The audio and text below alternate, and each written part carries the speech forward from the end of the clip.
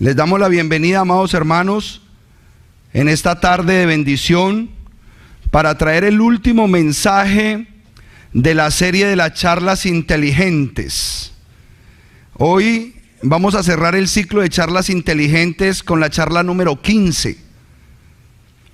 Hoy quiero, de parte del Eterno, dejar establecido cuál es el propósito de nosotros poder venir a las raíces hebreas.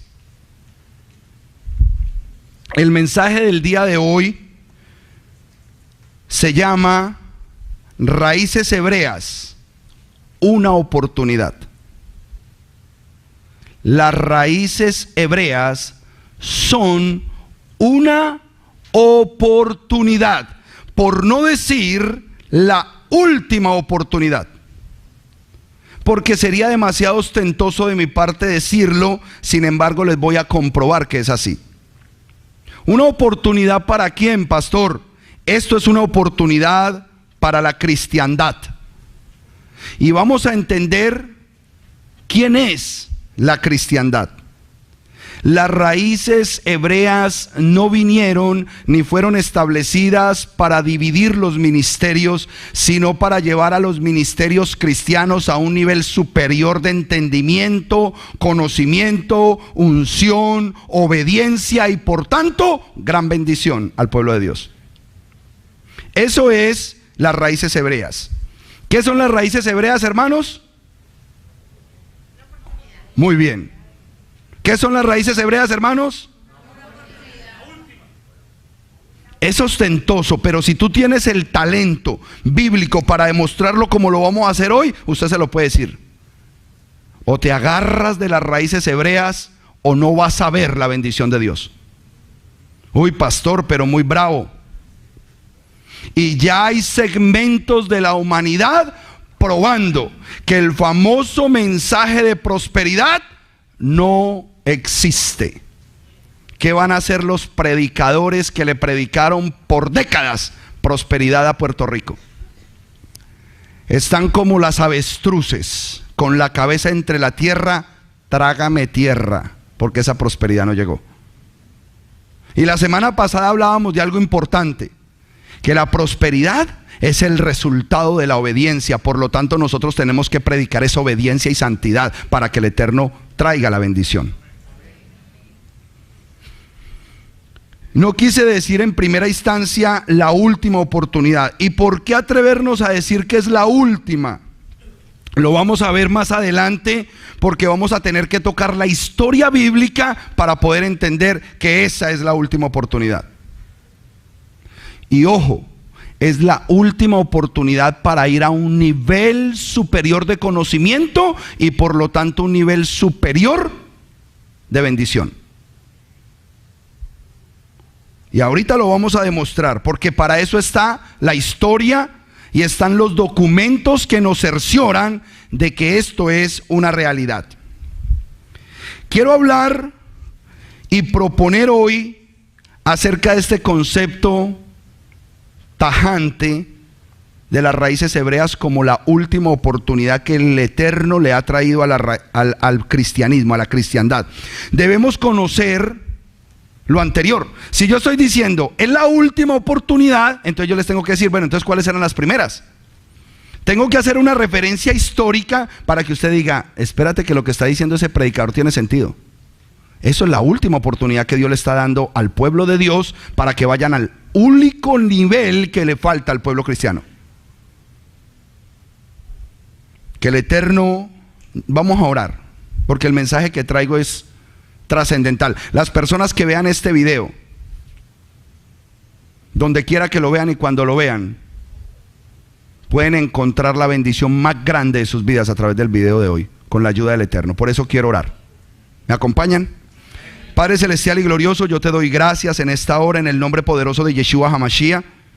Yo te pido que yo solamente sea un canal por donde tus palabras, corroboradas por la historia y por la palabra tuya, la Biblia, hagan una mella, una marca especial y siembren una semilla poderosa en el corazón de aquellos que puedan ver este video, que puedan tener este mensaje que hoy impartimos desde esta comunidad. En el nombre poderoso de Yeshua HaMashiach, yo te pido, Padre eterno, que tú despejes la mente de mis hermanos y quites de ellos todo emocionalismo, todo sistema, Padre de la gloria, almático, toda condición, Padre, que no les permite o no les ha permitido recibir las promesas de bendición que tú tienes para nosotros. En el nombre de Yeshua, que si mis palabras son de hombre, yo te suplico que caigan en tierra seca y que no traigan fruto a la vida de tu pueblo.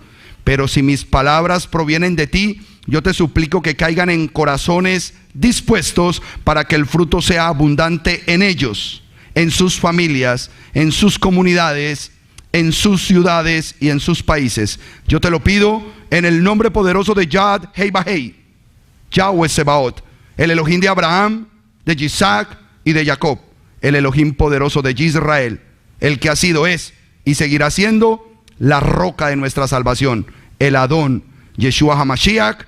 Amén y amén. Gloria al Eterno.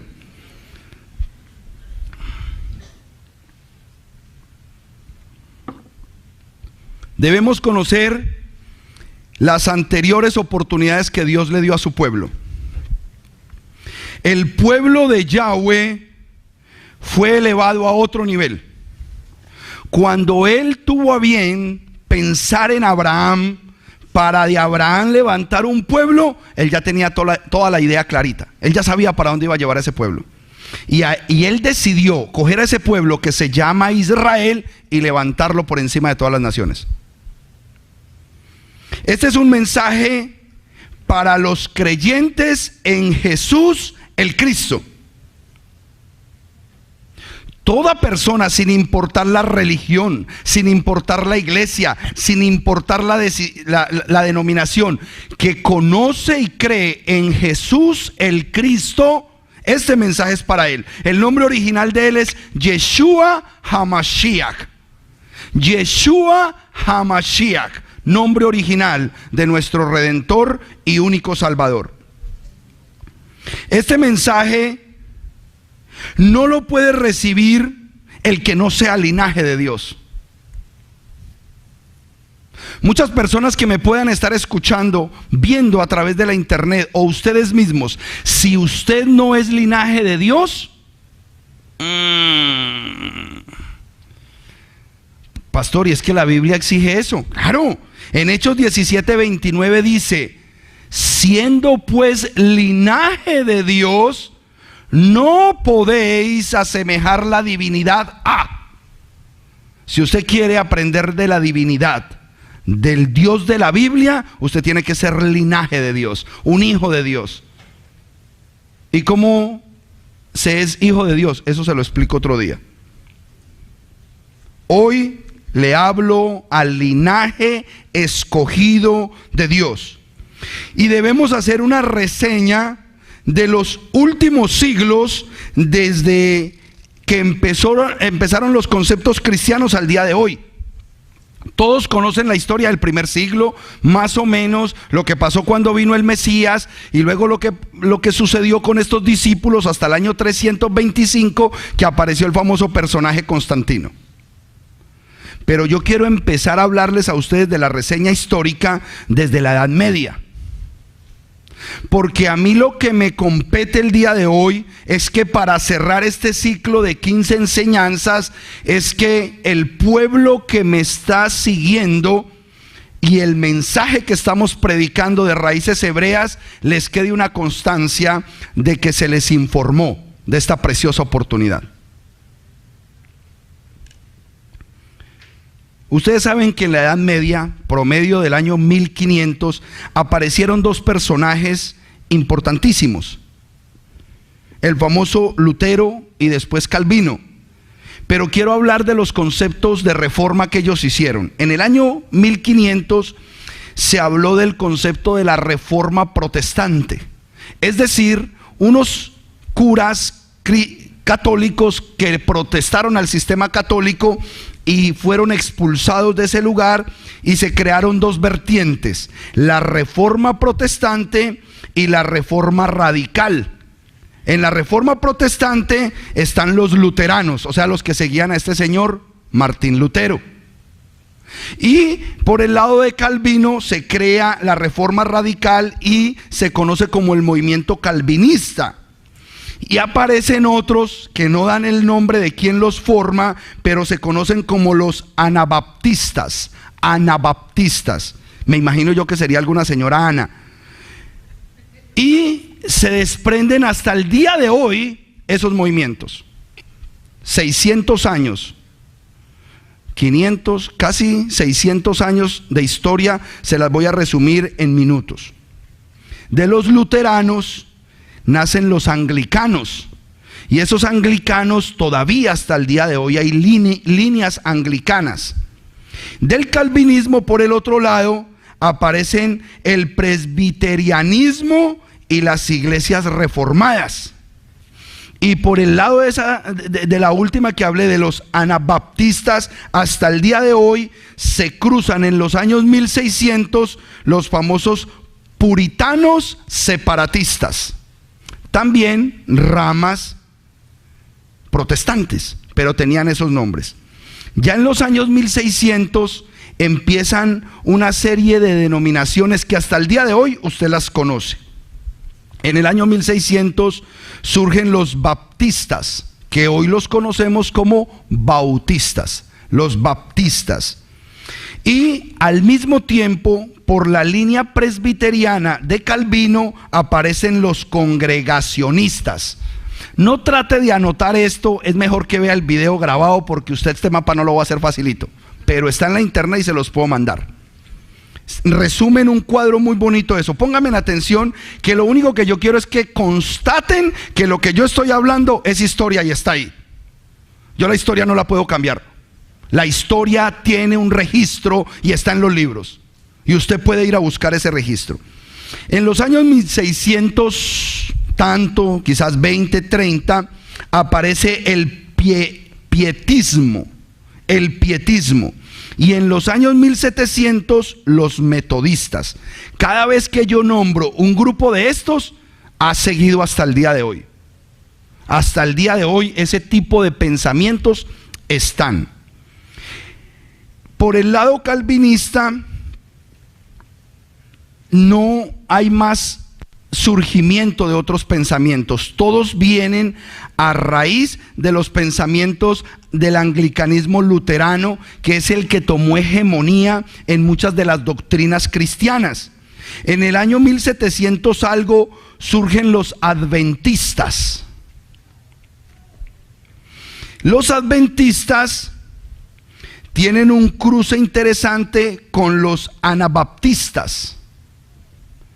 Y en los años 1800 aparece un movimiento que se llamó Movimiento de Santidad.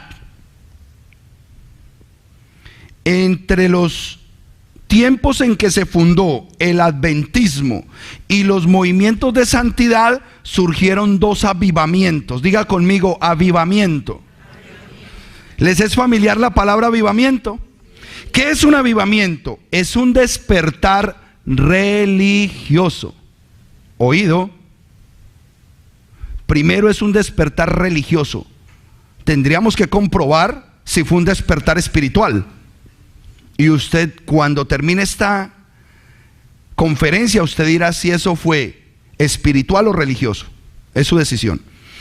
¿Qué es un avivamiento? Es un despertar religioso en un tiempo y en un lugar determinado.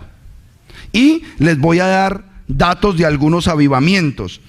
Conocido en la historia cristiana, entre 1730 y 1749 fue el primer gran avivamiento en los Estados Unidos, entre 1730 y 1740.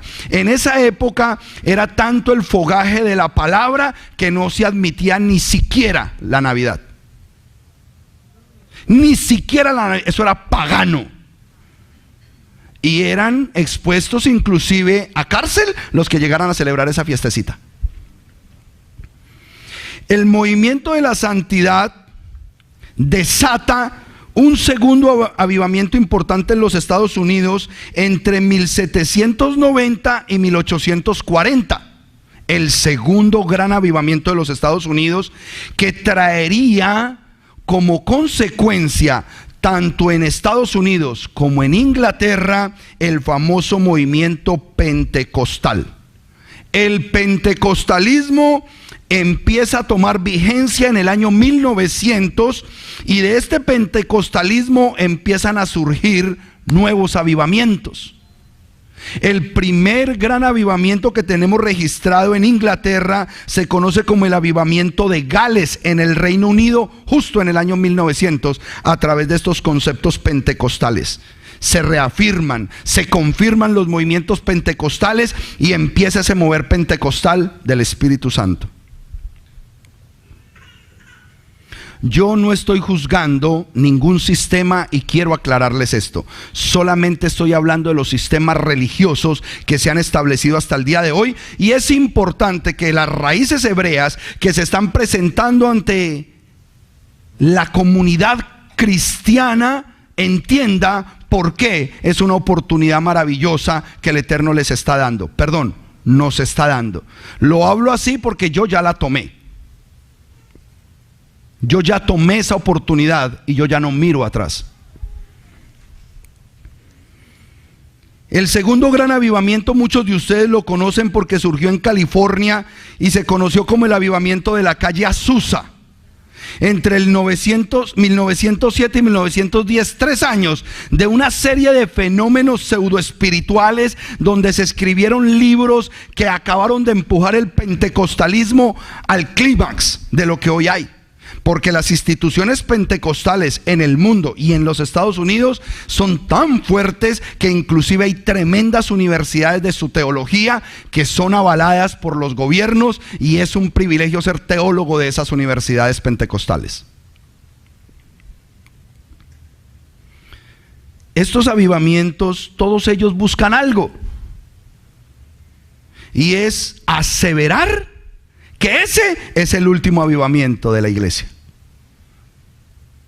Todos, cuando están clamando por ese avivamiento y todos anhelan el avivamiento y gimen por ese avivamiento, es para ya decir: este es el momento de la explosión espiritual y el Mesías viene pronto, o el Mesías está a la vuelta de la esquina. Es más, este avivamiento va a traer al Mesías.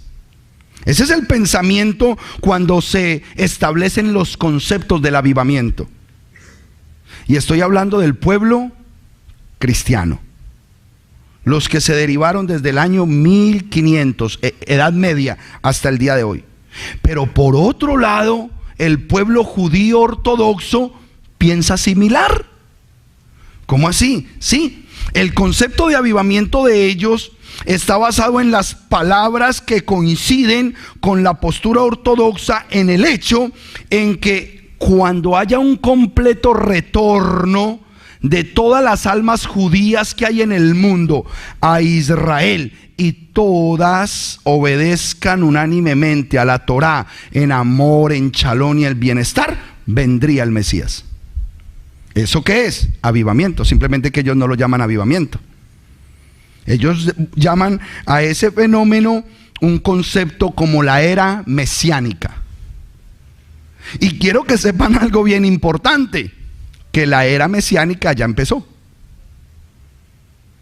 Y no empezó por un concepto de avivamiento, porque los movimientos espirituales hebreos no tienen que ver con estos fogajes pseudocristianos. El bulto de gente, la cantidad de gente afuera, la multitud, la gente cayéndose por encima de las sillas, eso es avivamiento cristiano. Pero los conceptos judíos, ortodoxos, tienen que ver con un conocimiento de una historia religiosa basada en el cumplimiento de unas profecías que han venido paulatinamente diciendo: hoy se cumplió, hoy se cumplió, hoy se cumplió, hoy se cumplió. Y como conocen, ellos saben que solamente falta que se cumpla esta y esta, y punto, se acabó esto. Entonces, hay una gran diferencia en esos dos conceptos. ¿Dónde radica el concepto de unidad hebreo? En el ejad del pueblo, en la unidad, en la unidad. Al centrarnos ahora en el siglo XX, y cuando hablo del siglo XX es porque apenas estamos empezando el siglo XXI, el siglo anterior a nosotros nos permite entender lo que va a pasar en este tiempo. Estamos en el 2017, 17 añitos de reflexión con lo que pasó el siglo pasado. Vamos a mirar hacia atrás, qué es lo que pasó en el siglo pasado y qué nos espera en los próximos años. Yo diría, ¿qué nos espera la próxima década? ¿Qué nos espera la próxima década?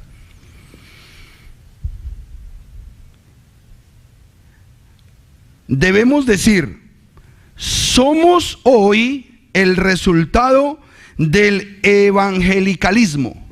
Así se llama todo lo que hoy nosotros hemos representado en las iglesias. No importa la iglesia a la que nosotros pertenecimos hace meses, semanas, o las personas que nos visitan hoy para decir, ¿será que sí es por aquí? Pero tienen otra iglesia. Somos el resultado de ese movimiento evangelicalismo, cristianismo evangélico o protestantismo evangélico. Todos estos términos nos centran en lo que es el concepto llamado iglesia. Iglesia, concepto netamente griego, porque en la primera parte del libro jamás se habla de una iglesia, se habla de una keilá, que viene de la raíz kahal, que significa congregación. Congregación. ¿La congregación de qué? De Israel. Y desde el capítulo 19 de Éxodo se estableció la congregación de Israel, que fue todo un pueblo, 2 millones de personas alrededor del monte donde se entregarían las tablas y la Torá. Ahí estaba la Cajal de Israel, la congregación de Israel. Ese es el verdadero término. Entonces todos estos movimientos evangélico-cristiano-protestantes han terminado hoy en día de esas ramas en 40,000 denominaciones. 40,000, y cada una de ellas dice tener la verdad. ¿Cómo hacemos? Tin Marí de Doping, Títere Mácara Tutre, fue esta.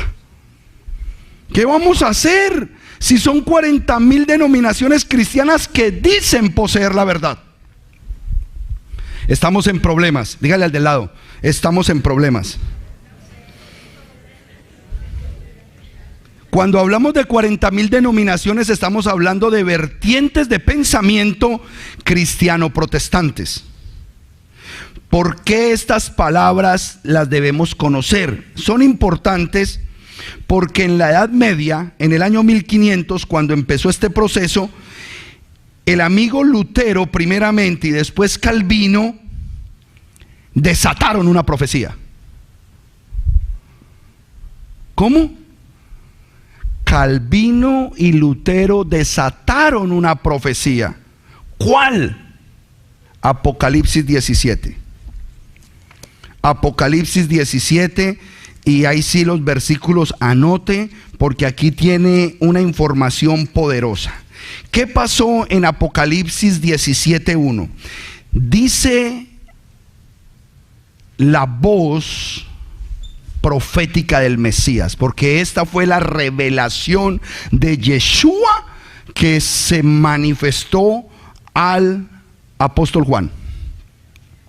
Entonces vino uno de los 7 ángeles que tenía las 7 copas y habló conmigo diciendo: ven, te mostraré el juicio de la gran ramera que está sentada sobre muchas aguas. En el versículo 1 hablan de una gran ramera. La versión Pechita dice la gran prostituta, y cada una de las versiones de ustedes pues tendrá un nombre similar para esta institución, no estoy diciendo cuál, que la Biblia la llama la gran ramera.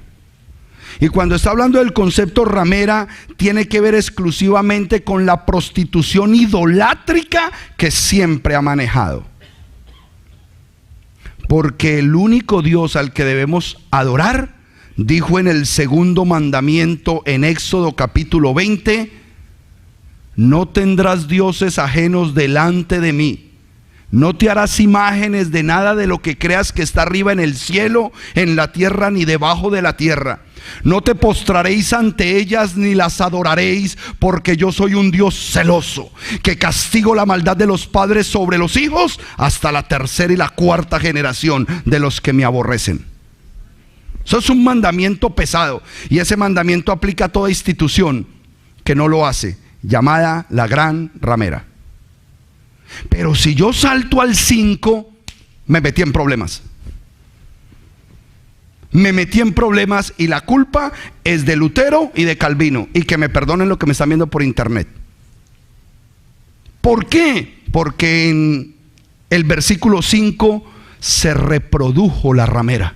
Dice así el versículo 5: también en su frente un nombre escrito, un misterio: la gran Babilonia, la madre de las rameras y de las abominaciones de la tierra. Ya esta gran ramera es una ¿qué? Madre. Ahora, pastor, ok, yo le acepto lo de madre, pero yo ¿cómo me doy cuenta cuáles son las hijas? Porque el versículo dice: la gran Babilonia, la madre de las prostitutas, la madre de las rameras. ¿Cuáles son esas hijas? ¿Cómo las reconozco? Ojo, y vuelvo y repito, no hablo de movimientos. No hablo de personas.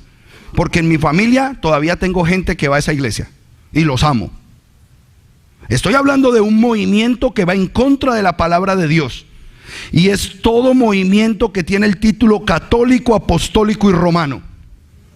¿Por qué? Porque poseen ciertos rasgos que son los que nos van a identificar que realmente son hijas, que tienen el mismo ADN. ¿Por qué? Porque se parecen. ¿En qué se parecen, pastor?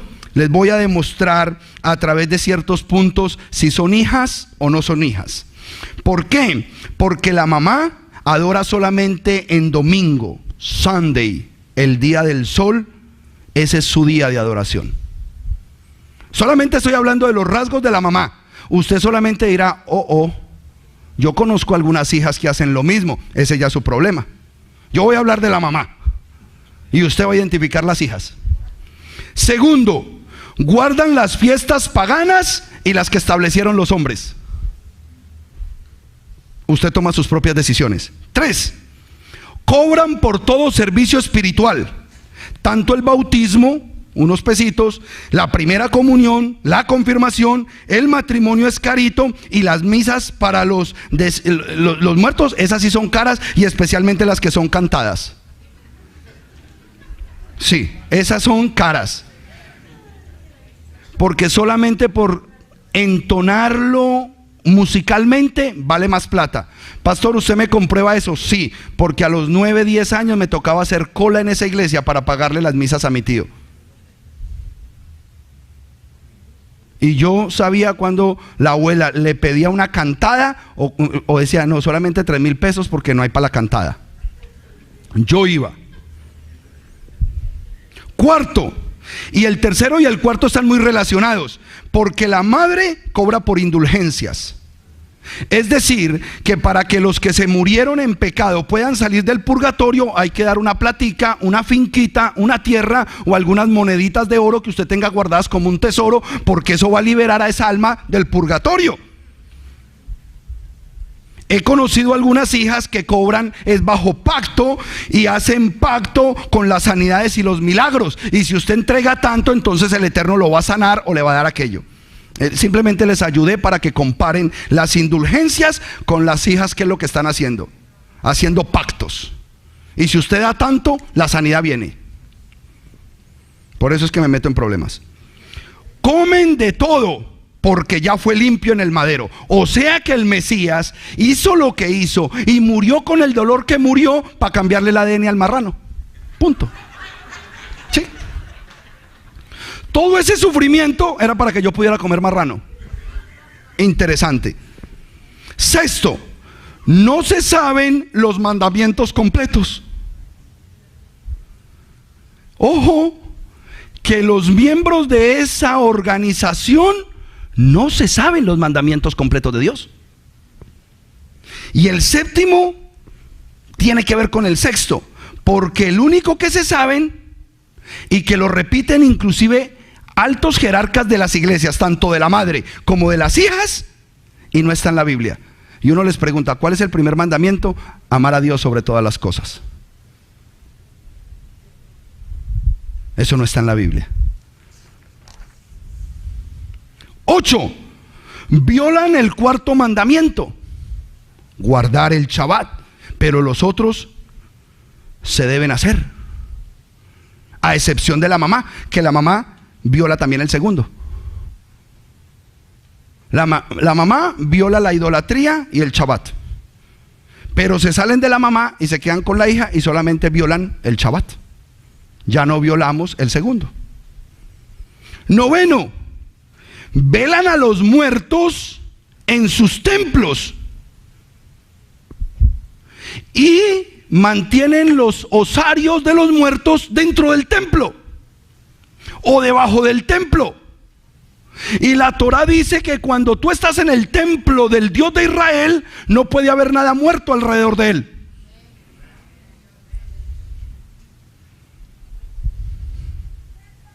Solamente quiero dar esos rasgos, pero es importante dejar estas reseñas y observaciones para que los que aman la verdad sean libres. Como dice Juan 8:32, y conoceréis la verdad y la verdad te hará libre. Diga conmigo el versículo de los $5,000. Diga conmigo. Juan 8:32 en Broward en el 2005 se convirtió en el versículo de los $5,000. Resulta que yo asistí a una congregación que vino la flamante idea del Espíritu de cobrar por cada versículo. Y empezaban a dar versículos desde $50, el que diera 100 le daban otro versículo, y los más aventados con plata, si daban 5,000, les entregaban Juan 8:32. Y conoceréis la verdad y la verdad te hará libres. Nunca se me va a olvidar. Nunca se me va a olvidar. Y lo digo públicamente porque es una verdad, y se lo puedo decir en su cara, que venden la palabra del Eterno. Negocian con la palabra del Eterno. La silla.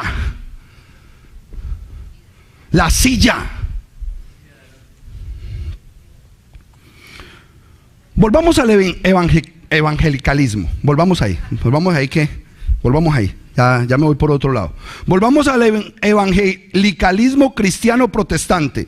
Son movimientos transdenominacionales. Yo no sé por qué las palabras de esta enseñanza eran tan largas en la internet. Movimientos transdenominacionales. Quiere decir que una misma postura teológica puede abarcar varios tipos de denominaciones. Y ahorita lo vamos a ver. Son movimientos que, sin importar ese nombre que tengan, transdenominacional, obedecen, entre comillas, las mismas posturas teológicas. Ejemplo, la salvación es por gracia. ¿Conocen eso?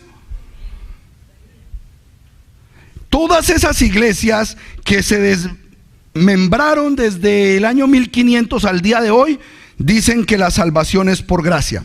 Y yo estoy de acuerdo. Yo no estoy diciendo que no es así.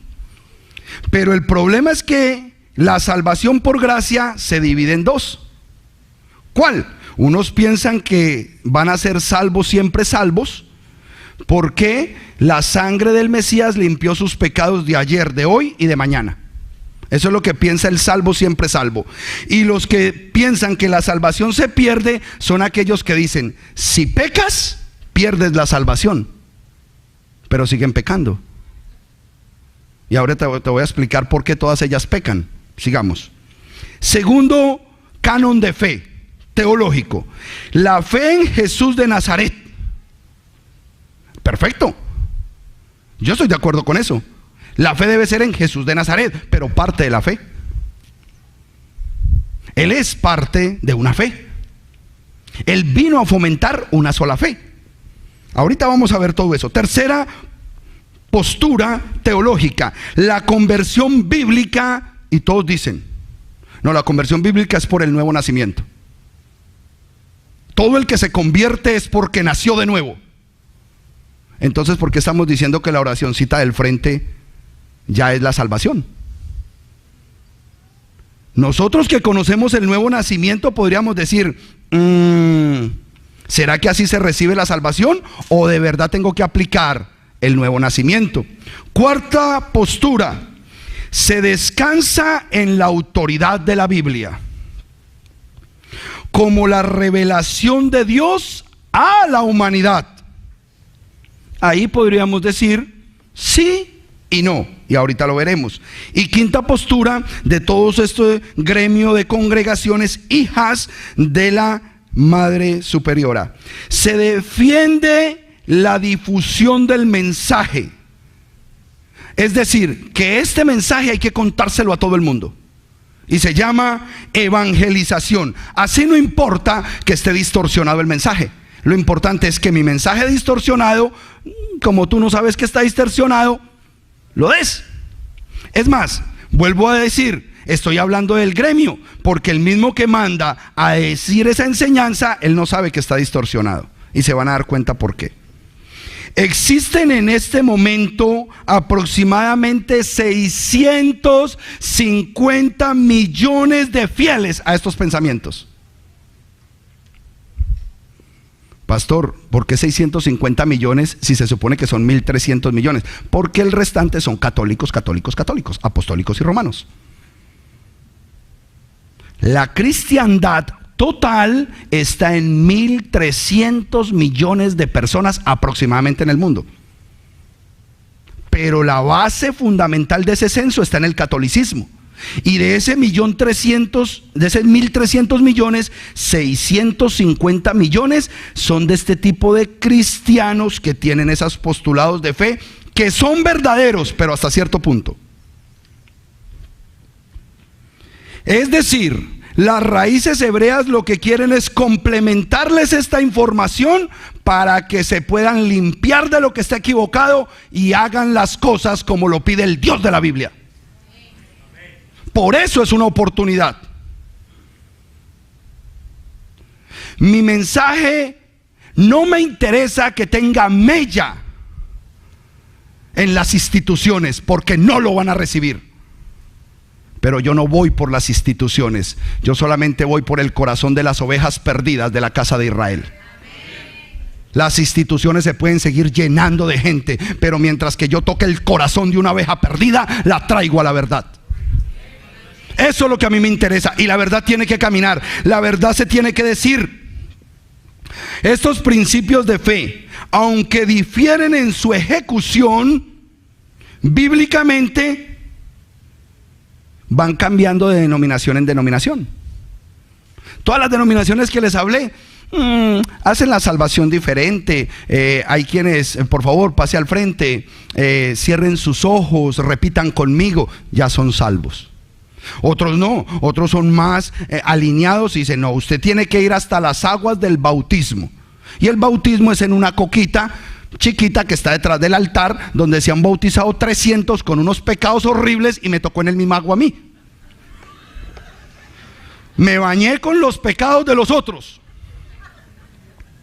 Pero lo que quiero mostrar es que el problema está en su ejecución.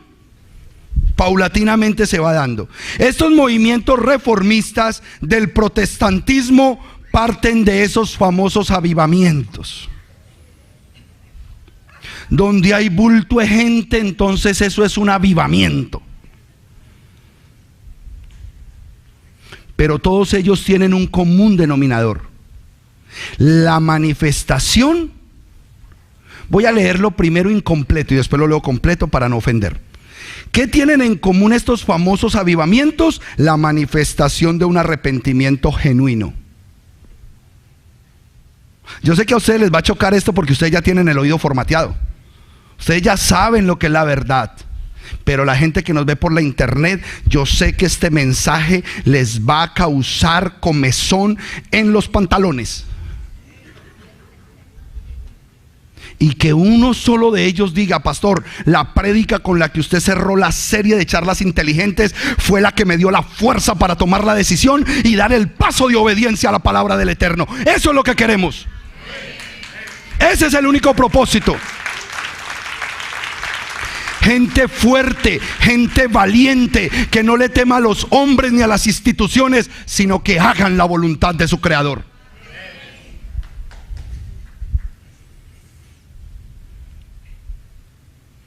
Lo voy a leer así, ahora sí como yo lo escribí. Los avivamientos surgen con un común denominador: la manifestación de un supuesto arrepentimiento genuino del pueblo.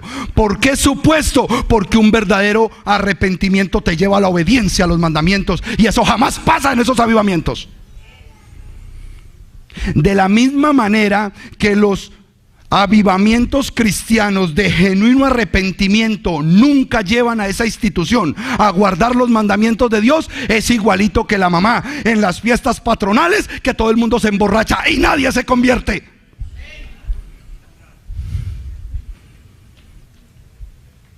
¿En qué estás? En la fiesta de San Pedro y San Pablo. Ese era yo. Yo vengo de ese recorrido. Yo fui acólito y yo conozco todo eso. Y si por mi abuela hubiera sido Ana Rita, créame que yo hubiera sido cura. El primer avivamiento de Gales en el año 1900, el segundo avivamiento de Azusa en 1907 y 1910, fue al pentecostalismo al nivel de las masas. A todo el mundo tener esas manifestaciones pentecostales y decir que eso es el Espíritu de Dios. Eso fue lo único que pasó con esos avivamientos. Pero ninguno de esos movimientos recibió la revelación de que hay que volver al Shabbat, de que hay que guardar las fiestas del Eterno, de que hay que obedecer al Eterno en cada uno de sus mandamientos. Ninguno de ellos. Entonces, ¿quién los avivó?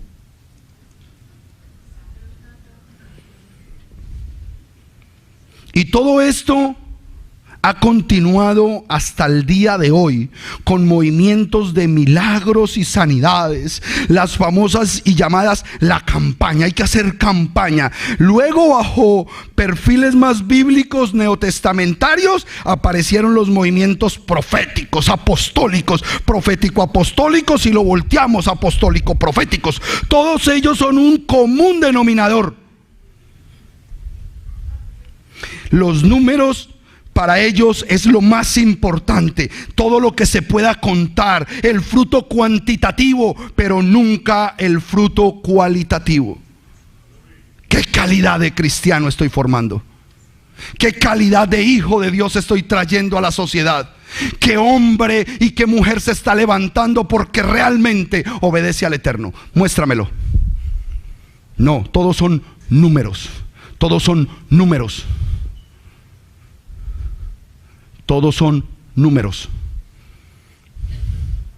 Si usted se atrevía a decir que cuando usted viene a los Estados Unidos usted es un número más, eso mejor dicho, como dice el pastor Germán, Rambo come chitos al pie de ese pensamiento. Usted es un número en esas iglesias, pero usted no es una persona que está siendo formada de adentro hacia afuera. Usted es una persona que si tiene algo afuera, entonces es bendecido, así esté podrido por dentro.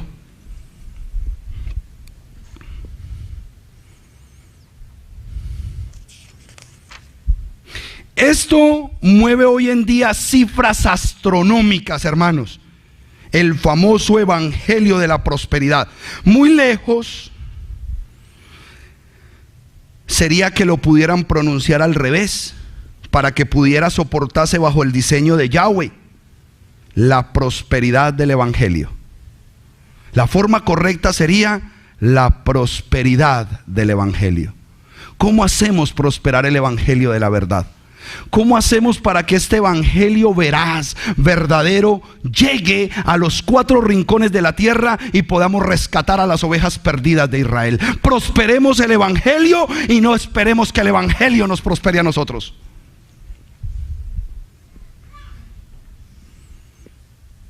Vamos a analizar Efesios 2:20. Por favor, vayan a sus Biblias. Efesios 2:20. ¿Dónde fue que yo marqué Efesios 2:20? ¿En cuál de estas Biblias? En esta. Efesios 2:20.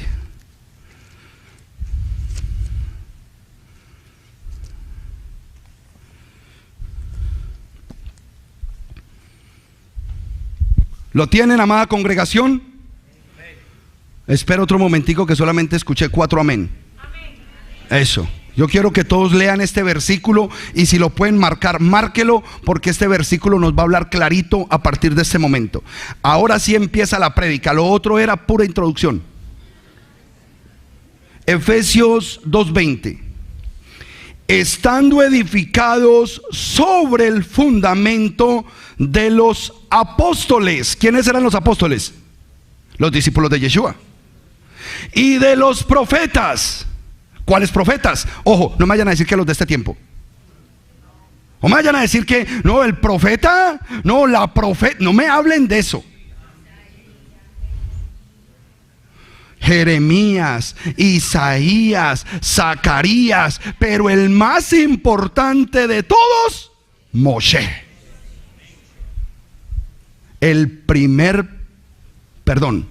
Uno de los primeros profetas más elevados, porque antes de él, Abraham fue profeta. El profeta Abraham, dice la escritura. Yo tengo que basar mi fe en esos profetas, no en los profetas de hoy. Ojo que me estoy ubicando históricamente, no estoy ofendiendo a personas que piensan que tienen el llamamiento profético. Ojo, porque toman las cosas de manera personal y ya mañana no vienen. O el otro, ay, es que usted, no.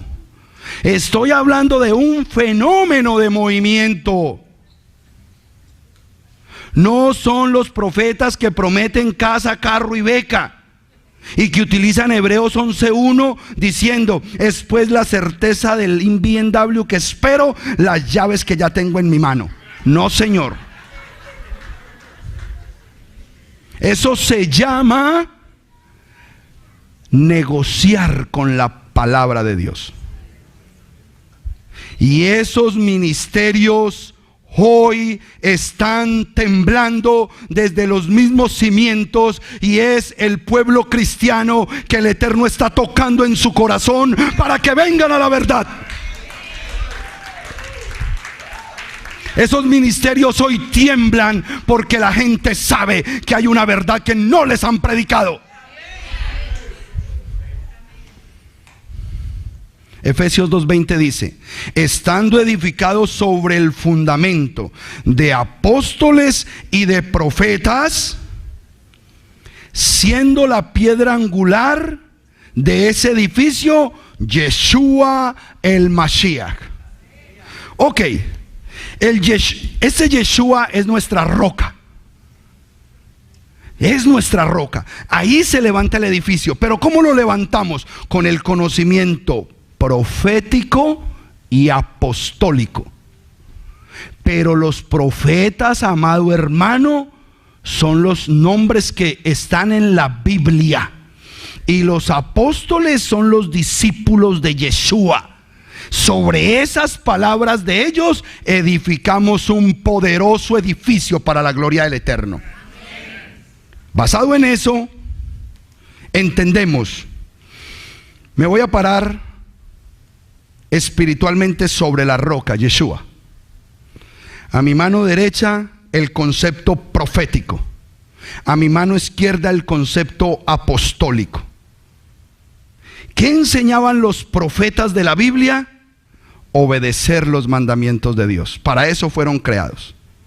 Obedezcan los mandamientos de Dios. Vuelvan a los mandamientos de Dios. Se han olvidado de las palabras de obediencia de Dios. Vuelvan a Dios. Y se hacían matar por eso. A uno de los que le fue duro fue a Jeremías. Y ahorita vamos a hablar de don Jeremías. Jeremías es un profeta importante que tenemos que hablar. Y por este lado, apóstoles, hombres que el Mesías escogió puntualmente, de manera especial, que no estuvieran contaminados del sistema religioso de la época, para poder ponerlos a producir el mensaje correcto, solamente para ir por un pueblo: las ovejas perdidas de la casa de Israel. No iba a ir por los judíos, porque no era el tiempo de ellos. A los mismos judíos, que les dijo: yo tengo otro rebaño que no son ustedes, y yo tengo que ir por ese rebaño. Y en Mateo 15:24 dice: ¿cuál es el rebaño? Las ovejas perdidas de la casa de Israel. Yo no vine por lo sano. Ustedes están sanos porque tienen la Torá. Yo vine por lo que está enfermo, por lo que se fue, por lo que perdí en el año 722. Y después de ese año, todos los hijos míos que se han ido a la dispersión, yo vine por ellos. Cuando yo uno Efesios 2:20 con profetas y apóstoles, toma sentido Apocalipsis 14:12. Esta es la perseverancia de los santos, de los que guardan los mandamientos de Dios, lo que decían los profetas, y la fe en lo que enseñaban los apóstoles. ¿Qué es un verdadero santo que camina en perseverancia? Que oye la voz del profeta: vuelvan a mis mandamientos, y reconocen la fe en el Mesías Yeshua, el que murió en el madero.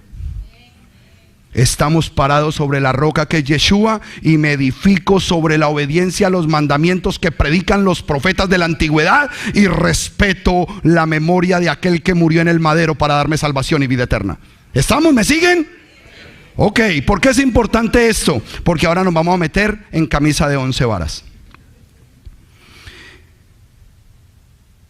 Cuando estaba desarrollando esta prédica, yo tengo que estudiar, pero me toca estudiar en vivo y en directo. ¿Cómo así? Me toca interactuar con los que tienen el pensamiento del que les hablé, el pensamiento grecorromano. Y tengo un hermano, y ojalá me esté viendo por la internet, porque lo invité. Yo le dije: sabes que las palabras de esta semana yo las voy a utilizar en la prédica. No voy a decir tu nombre, pero tú te vas a dar cuenta que estoy hablando de tu forma de pensar. Yo tenía susto que viniera, retado, porque ese es capaz de que se pare en mitad de prédica y quién sabe qué me dice. Pero se perdió la oportunidad. Esta fue la última oportunidad. Me gusta hablar con él, porque es cuando más aprendo. Porque es un hombre que ama al Mesías, lo ama, y defiende muy bien lo que le han enseñado, y las posturas en que tira los pensamientos del Brit Haracha del nuevo pacto. Wow. Entonces me pone a mí en esa pauta de cómo voy a demostrarle a él que le falta volver a la Torah. Porque toda la información que le metieron a esa mente en los mismos años que yo me convertí, porque él llegó a la congregación en la época en que yo me convertí, hoy han hecho de él un hombre estructurado en la fe cristiana. Pero no puede obedecer los mandamientos, no puede. Porque ya le enseñaron y tiene marcado en su mente que todo lo hizo Yeshua en el madero. En Jesús está completo. Pero para mí es importante. Entonces le traje apartes de la charla con él, y yo le pedí permiso. Yo le dije: yo voy a hablar de eso, no voy a decir tu nombre. Tranquilo. Vamos a estar desarrollando un ciclo posterior a este de las fiestas. Muy importante eso. Los hermanos que me ayudan a mí con estos videos, vamos a ponerle a todos los videos de charlas inteligentes T1, como temporada 1. Me estoy volviendo muy Netflix. Y a las que vienen, que van a ser las fiestas de Yahweh, T2, temporada 2. Mucho Netflix. Él me decía, volvamos al tema con el hermano. Empezamos a discutir acerca de las posturas que siempre estamos defendiendo en las raíces hebreas. Que el pueblo que fue bañado por la sangre del Mesías tiene que volver a los mandamientos. Y él, que no. Y lo defiende desde su postura de manera supremamente inteligente. Diría yo que es un buen teólogo.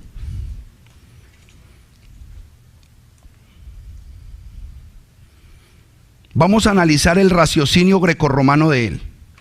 un hombre que es buen cristiano, lo considero así, pero que está marcado por el pensamiento occidental de la iglesia evangélica protestante cristiana. Él ama a Jesús, tiene una hermosa familia. Ojo, cualquiera de los que obedece Torah aquí, o muchos, perdón, de los que obedecen Torah, quisieran tener la familia en obediencia que él tiene. Hay para todo el mundo.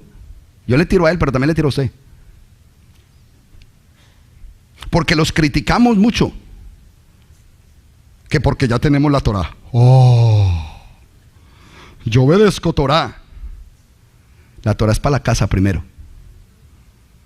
La Torah es para cuidar a la esposa y a los hijos, para bendecir el hogar. Eso es la Torah. Y ese hombre tiene una familia de Torah.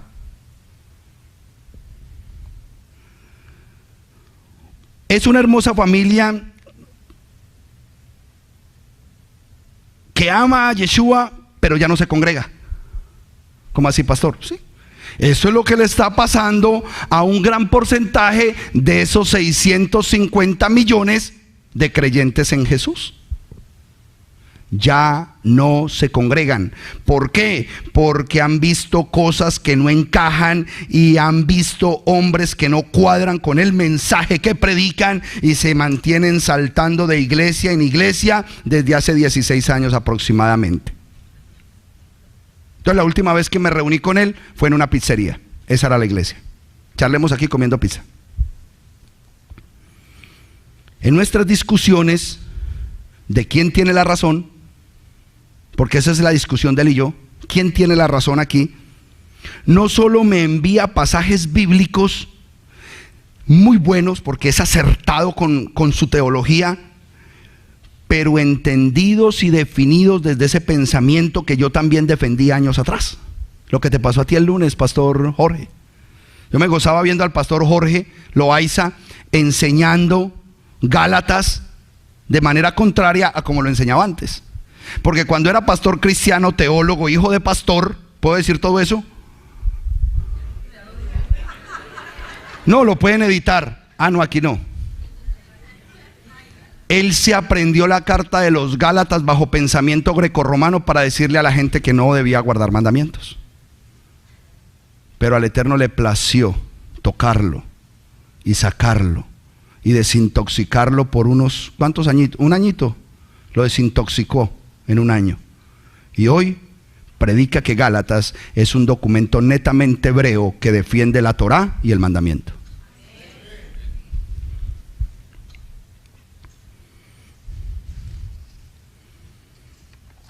Él también, aparte de versículos, me envía pensamientos y conclusiones teológicas de hombres muy famosos de los últimos siglos, de todos estos movimientos que yo les hablé al principio, con un pensamiento netamente evangélico, protestante, cristiano, pero que son famosísimos. Entonces usted ve en las redes sociales tremenda frase cristiana y abajo el nombre del teólogo pastor que predicó eso y lo enseñó y se quedó famoso. Pero vamos a analizar si esa fama es veraz con la escritura. Y no quiero hablar del hermano que falleció, porque ya falleció. Simplemente de eso está inundada la información de gente que él mismo me dice: no, entonces tú vas a derribar el pensamiento teológico de grandes hombres que existieron. Sí, lo voy a derribar si va en contra de la palabra. No me asusta el nombre de nadie, yo solamente le temo al nombre de Yahweh. Créame que yo me meto en problemas. Por eso no salgo de casa. Y el que conoce mi dirección, por favor no la comparta. Voy a citar una de las frases que me envió. Él cerró con una foto lo más de bonita de un tal R.C. Sproul.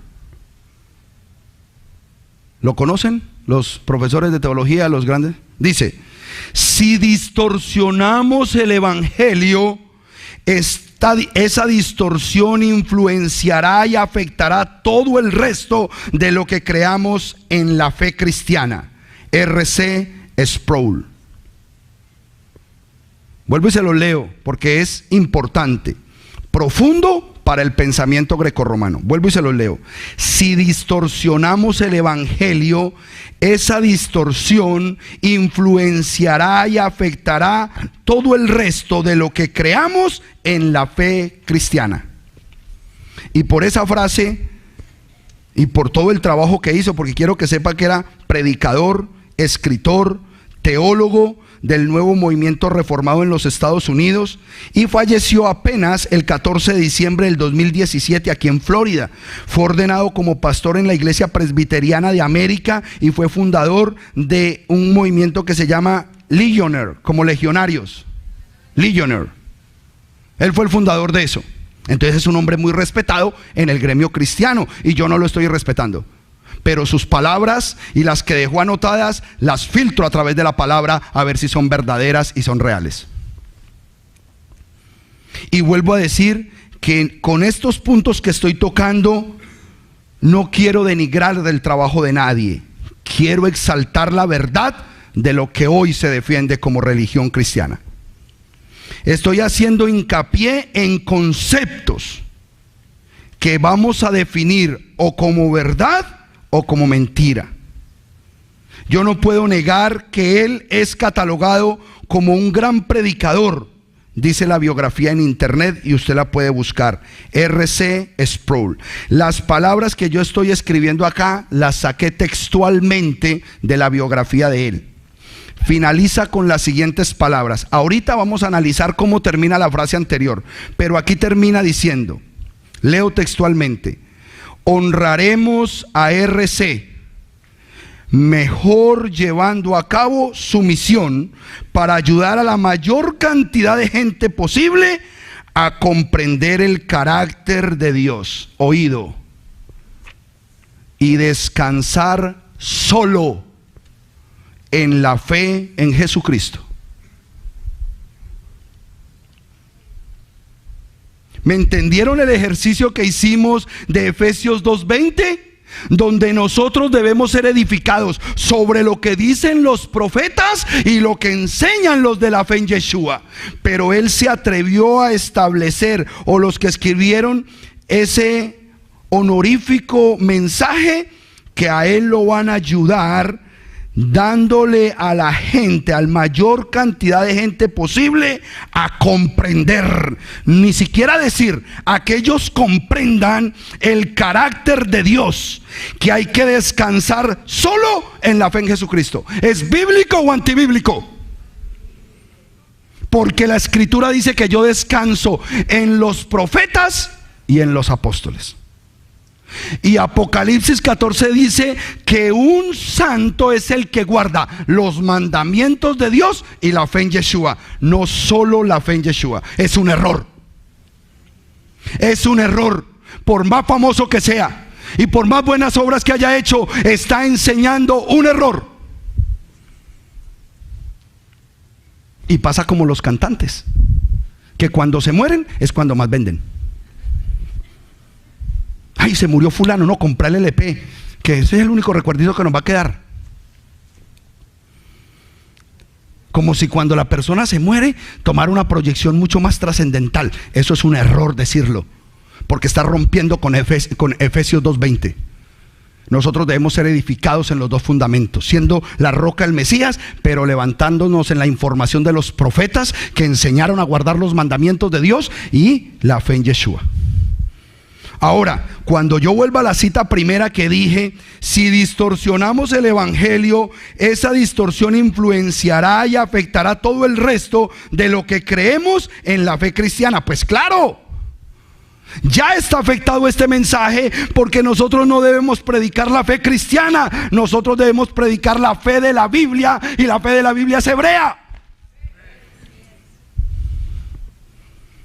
Gústele al que le guste. Este documento católico, este documento cristiano, este documento mesiánico, todos tienen un original hebreo. Y la fe es hebrea. Y así se debe respetar la fe de la Biblia, bajo el pensamiento hebreo. todo el que piense diferente a este proceso bíblico donde se desestima la primera parte del libro, ha caído bajo la teología del reemplazo. ¿Esa es la verdad? Teólogos de reemplazo. Una sabiduría magistral y una demagogia detrás de un micrófono y en un púlpito para poder desintegrar la verdad de la palabra de Dios. Y será más aplaudido y más seguido y más buscado si logra comprobar que las palabras de Dios ya caducaron, que eso ya no hay que guardarlo, que eso ya no es para el pueblo de Dios, que eso era en la antigüedad y para los judíos. Sal de ahí, pueblo mío. Sal de todo lugar donde están denigrando de mi Torá, donde están hablando mal de mis mandamientos y donde no me tienen en cuenta a mí, que soy el único Dios verdadero, el mismo de ayer, de hoy y de siempre. Sal de ese lugar, hijo mío.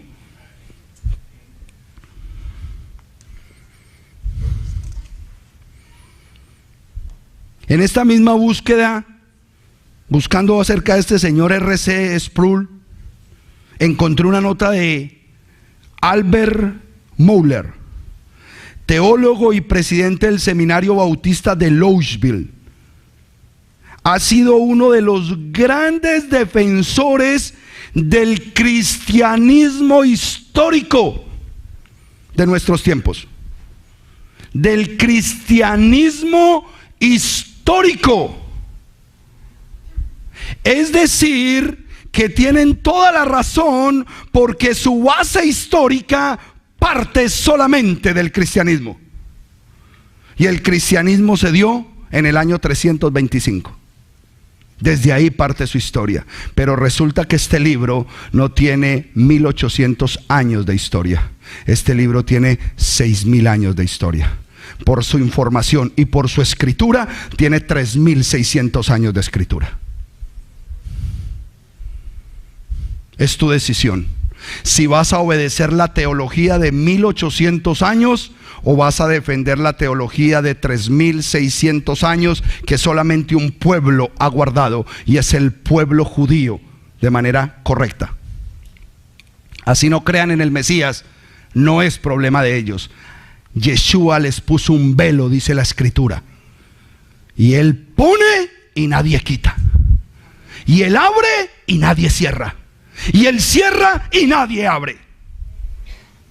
Entonces ellos no tienen la culpa de no poder ver al Mesías Yeshua. Es un plan hasta que entremos todos nosotros.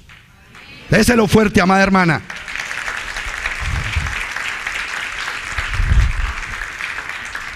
Hermana Ibe, ¿cómo hago para dar un mensaje sonriente así? No puedo. Esa historia la tenemos que analizar.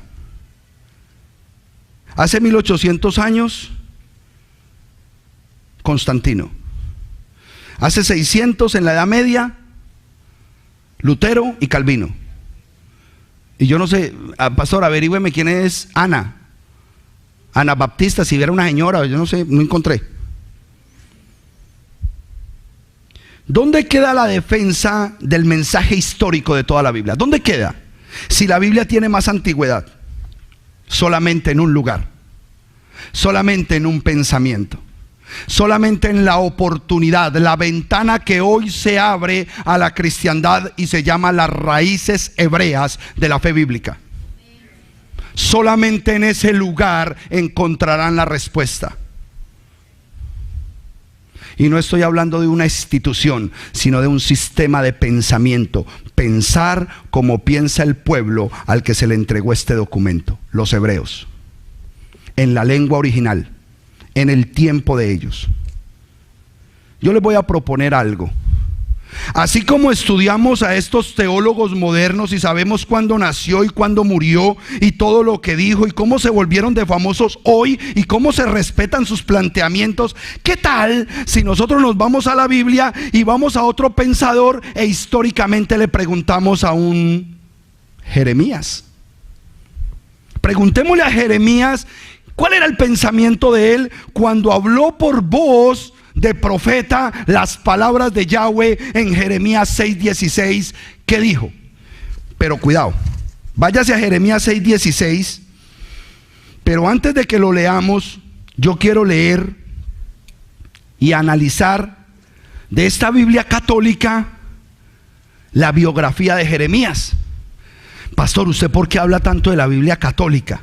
Porque la Biblia católica tiene una ventaja muy grande, que como ellos nunca se preocuparon para que sus fieles la leyeran, nunca se preocuparon de cambiarla. ¿Por qué? Porque ellos predicaban así: Requiem eterna dona dome, luz perpetua lucia Dei, requiem cantim paz. La gente no sabía qué dijo el hombre, pero todo el mundo sabía que tenía que decir amén. Como no había forma de que ese pueblo estudiara las escrituras, nunca tuvieron en cuenta hay que cambiar la Biblia. Usted va a la Biblia de los mormones y está cambiada. Usted va a la Biblia de los testigos de Jehová y está cambiada. Usted viene a esta Biblia y tiene sus cositas. Esta tiene sus cositas, pero esta se despreocupó en el camino. Como no la leen. ¿Cuál es el primer mandamiento? Amar a Dios sobre todas las cosas. Amén, amén, amén.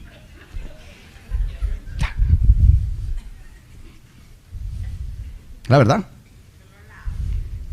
Ah, sí. Esta, gracias a Dios, la tengo desde hace tiempos, pero sí, está tostada en los salmos.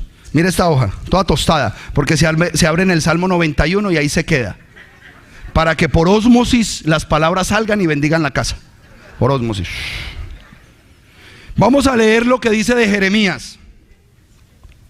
¿Qué dice la historia de este profeta?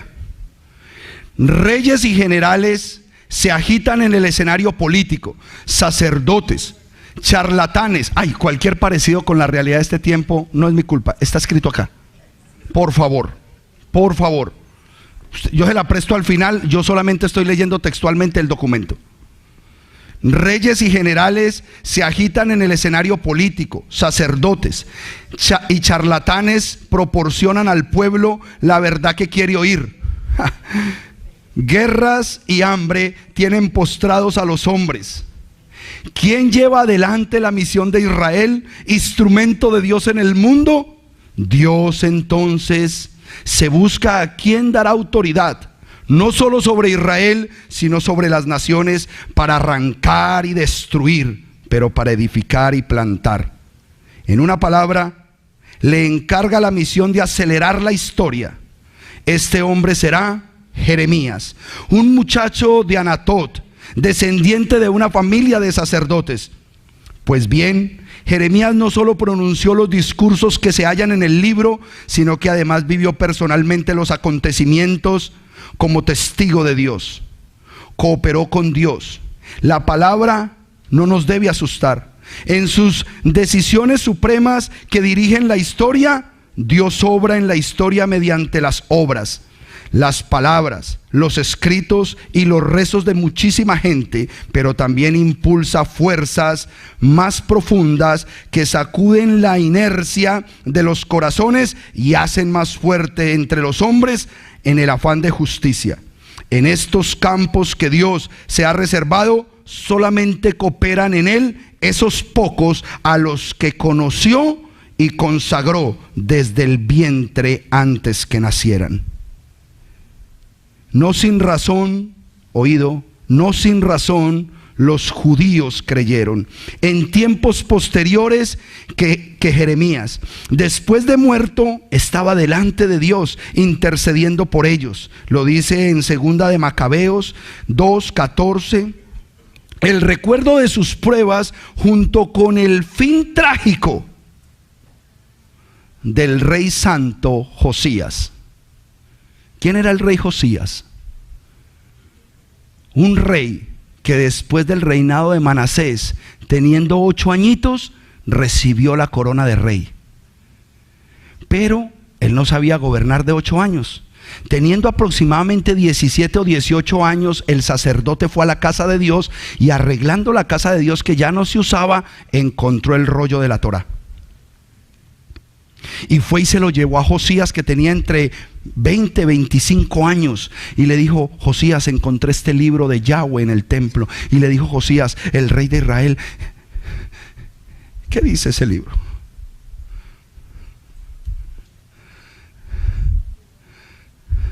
Y fue tocado por las palabras de ese libro. Y dice la palabra que como Josías no hubo otro rey en Israel. Arrancó con la idolatría, acabó con el sacerdocio malvado, con todos aquellos que adoraban otras deidades, limpió la nación. Quizás no limpió el corazón del pueblo, porque limpiar el corazón del pueblo es muy difícil. Yo le puedo quitar el santito, pero no le puedo quitar el amor en el corazón que tiene por el santito. Pero no hubo otro rey como Josías, dice la escritura, porque obedeció la Torá de Yahweh. Y yo quiero que usted tenga delante de Dios el título como rey de Josías. Que diga el Eterno: no hubo otro como Wilfran, no hubo otro como Diego Jaramillo, no hubo otro como José Sánchez, no hubo otro que cuando encontró el rollo de la Torá implementó lo que decía el rollo de la Torá. Dáselo fuerte al Señor, dáselo fuerte al Rey.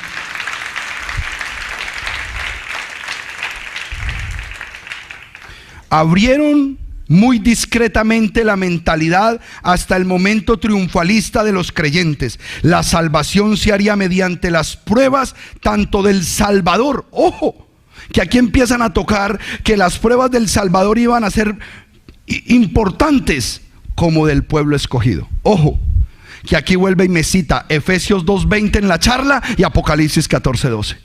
Escuchen lo que dice el que está narrando. ¿Quién era? Jeremías. Esto no es bíblico, esto es del editor, un historiador que contó la biografía de este hombre. Y mire cómo dice: las pruebas tanto del Salvador como del pueblo escogido que guarda Torah. Incluso él anunció el anuncio por Jeremías de una nueva alianza, un nuevo pacto. Desencadenaría el orgullo y la seguridad fácil que el pueblo escogido podía sacar de la alianza del Sinaí. Recuerden que el pueblo judío siempre ha reposado en que su salvación está en guardar mandamientos. Y eso nosotros no lo vamos a cambiar, porque eso lo cambia el Mesías. Y nosotros tenemos la fe puesta en que nos salva ¿quién? El sacrificio del Mesías y la fe que ponemos en él. Eso no ha cambiado. Datos históricos, y aquí es donde yo quiero centrarme. El contemporáneo que leí ahorita se murió el año pasado. Descansó en la paz del Eterno el año pasado. Nacería por ahí en 1940, algo así. Él murió bien anciano. El otro también es de esta época, pero ahorita vamos a hablar de otro que no es de esta época. Estoy leyéndole a un hombre que forma parte de la historia de los profetas de Israel y que dejó la palabra de Dios establecida. Mire lo que dicen los datos históricos. Entre las últimas profecías de Isaías, en el año 690 antes del Mesías, y la vocación de Jeremías, cuando empezó su ministerio en el 626 antes del Mesías. Las palabras de Jeremías fueron en el 626 antes del Mesías. Diga conmigo: bien antiguas. Bien antiguas, hermano mío. Ojo con eso, porque esto depende que tu historia bíblica tome otro sentido y empieces a respetar las cosas que son del Eterno. Dice así: mediaban 60 años, de los cuales casi 50 corresponden al reinado de Manasés. Este hizo cuanto pudo para destruir la fe tradicional. ¿Qué hizo Manasés? ¿Qué hizo Manasés? Todo lo que pudo para destruir la fe tradicional. Pregunta: ¿era la fe cristiana? La única fe que existe. ¿Cómo dice el versículo de Efesios 4:5? Un Señor, una fe, un bautismo.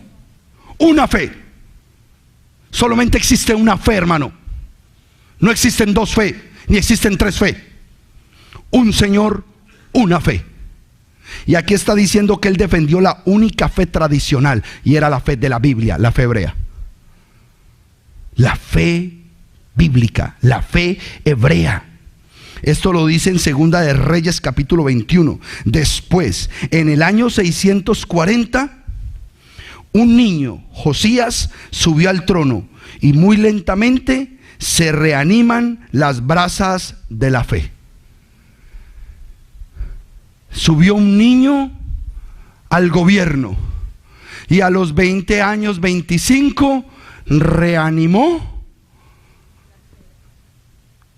el fuego de la única fe, de la fe de la Biblia. ¿Y cuál es la fe de la Biblia? ¿Qué es fe? ¿Qué es fe? ¿Qué es fe? Entonces, ¿qué le enseñó al pueblo? Obedecer. Le enseñó al pueblo a obedecer, y ese es el mensaje que debe mantenerse fijo y firme en nuestras vidas. Es necesario leer un poco ese concepto de Jeremías para poder entender lo mismo que hablamos de Efesios 2:20, pero ahora sí podemos leer con entendimiento histórico Jeremías 6:16.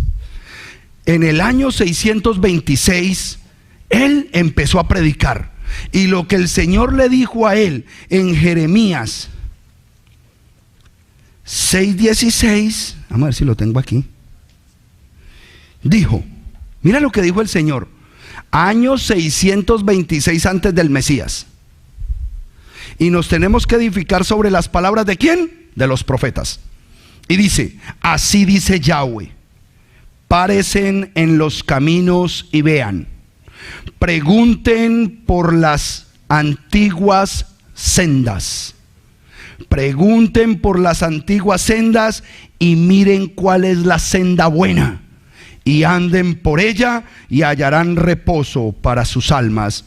Pero dijeron, no andaremos por ellas. En el año 626 viene la palabra del Eterno y le da una información a Jeremías y le dice, Jeremías, tienes que decirle al pueblo que tienen que volver, teshuvá, retorno a las sendas antiguas, a los senderos antiguos. La palabra sendero, la palabra camino es la misma palabra, y en hebreo es derek. Diga conmigo, derek.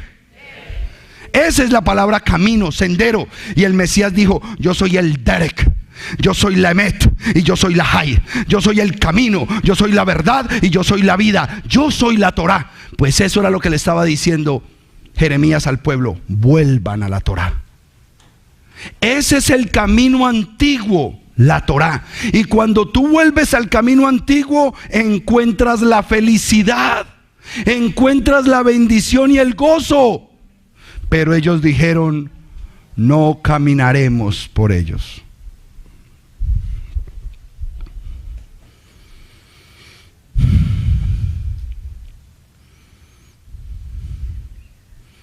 Al analizar los comentarios históricos de los famosos grandes hombres teólogos de hoy, distan enormemente de lo que verdaderamente un hombre de Dios de la Biblia había establecido por boca del Espíritu de Yahweh.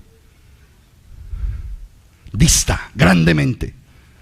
Hay un abismo del cielo a la tierra, de los planteamientos modernos a los planteamientos de los hombres de la Biblia. Y aquí es donde nosotros tomamos las decisiones.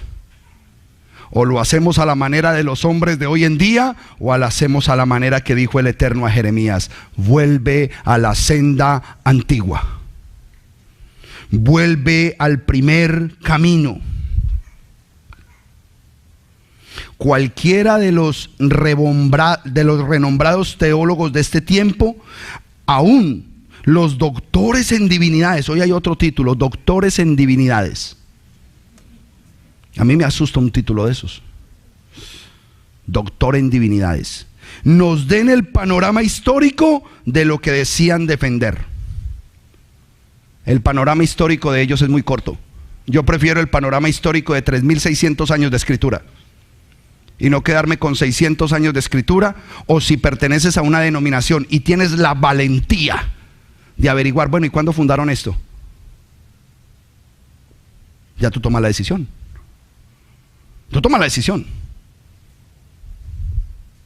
¿Cuándo fundaron esta denominación? Nosotros venimos de la línea tal y se va para donde yo le voy a mandar el cuadrito. A ver, el pastor dijo desde mi sesión. Uy, yo vengo de los anabaptistas. Con razón. Usted se va a dar cuenta de dónde viene. O de dónde venía.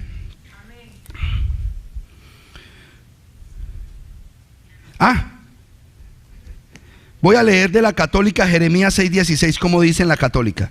Jeremías 6:16.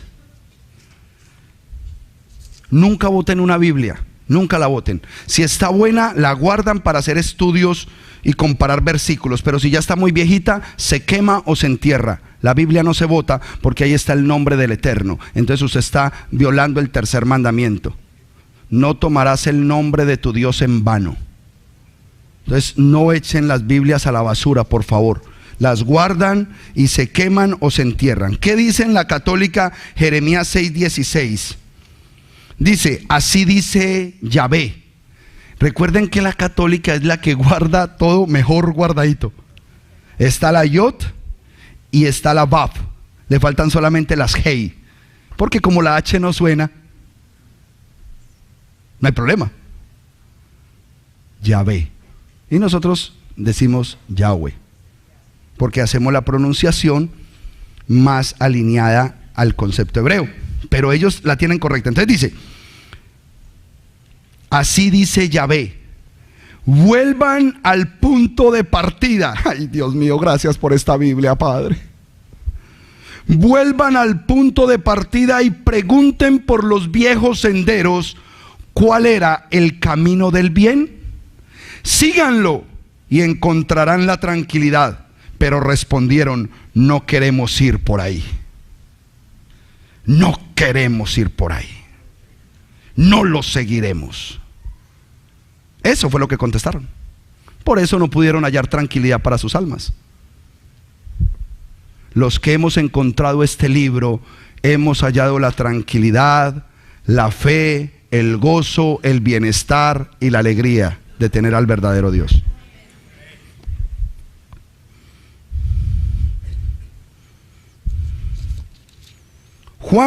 Primera de Juan 2:6. Primera de Juan 2:6.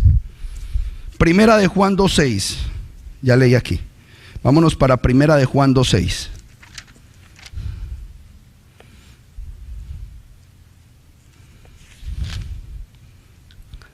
Ellos dijeron, no caminaremos por ella. Entonces Yeshua vino y dijo, no van a caminar por ella. Ok, entonces yo me voy a hacer carne y yo voy a caminar por ella. Y le mostraré a un grupo pequeño cómo se camina por ella.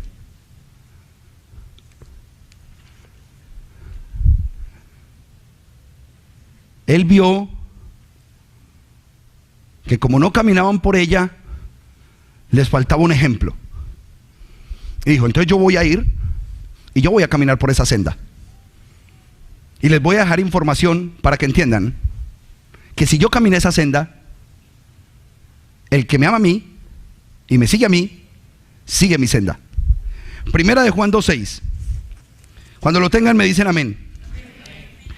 El que dice que está en él debe andar como él anduvo.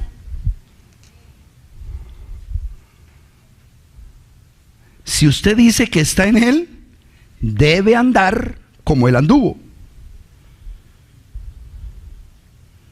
Resulta que en Juan 8:12, y ahorita lo vamos a leer completo, nos dice que el que me siga no andará en tinieblas.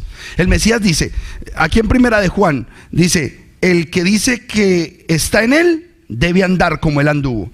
Pero en Juan 8:12 dice, el que me sigue a mí, no andará en tinieblas. ¿Cómo así que no va a andar en tinieblas? ¿A qué luz se refiere que me va a dar a mí para que yo no ande en tinieblas? Y lo tenemos que ver en el Salmo 119, 105. El Salmo 119 tiene una característica poderosa. Es el capítulo más largo de la Biblia, 175 versículos. Y de esos 175 versículos, todos, uno por uno, habla de la Torá, la ley de Dios. ¿Por qué el salmo más grande, el capítulo más largo, con 175 versículos, versículo por versículo, repite que solamente es en la Torá, en la Biblia, en la ley de Moisés, donde está el camino de la salvación? ¿Qué dice el Salmo 119, 105? Lámpara es a mis pies tu palabra y luz en mi camino, y luz en mi sendero, y luz en el derek. En el Salmo, yo te garantizo, hermano mío, que David, que fue el que escribió la mayoría de los salmos, solamente pensaba en una cosa, porque era un mandamiento, y era leer la Torá.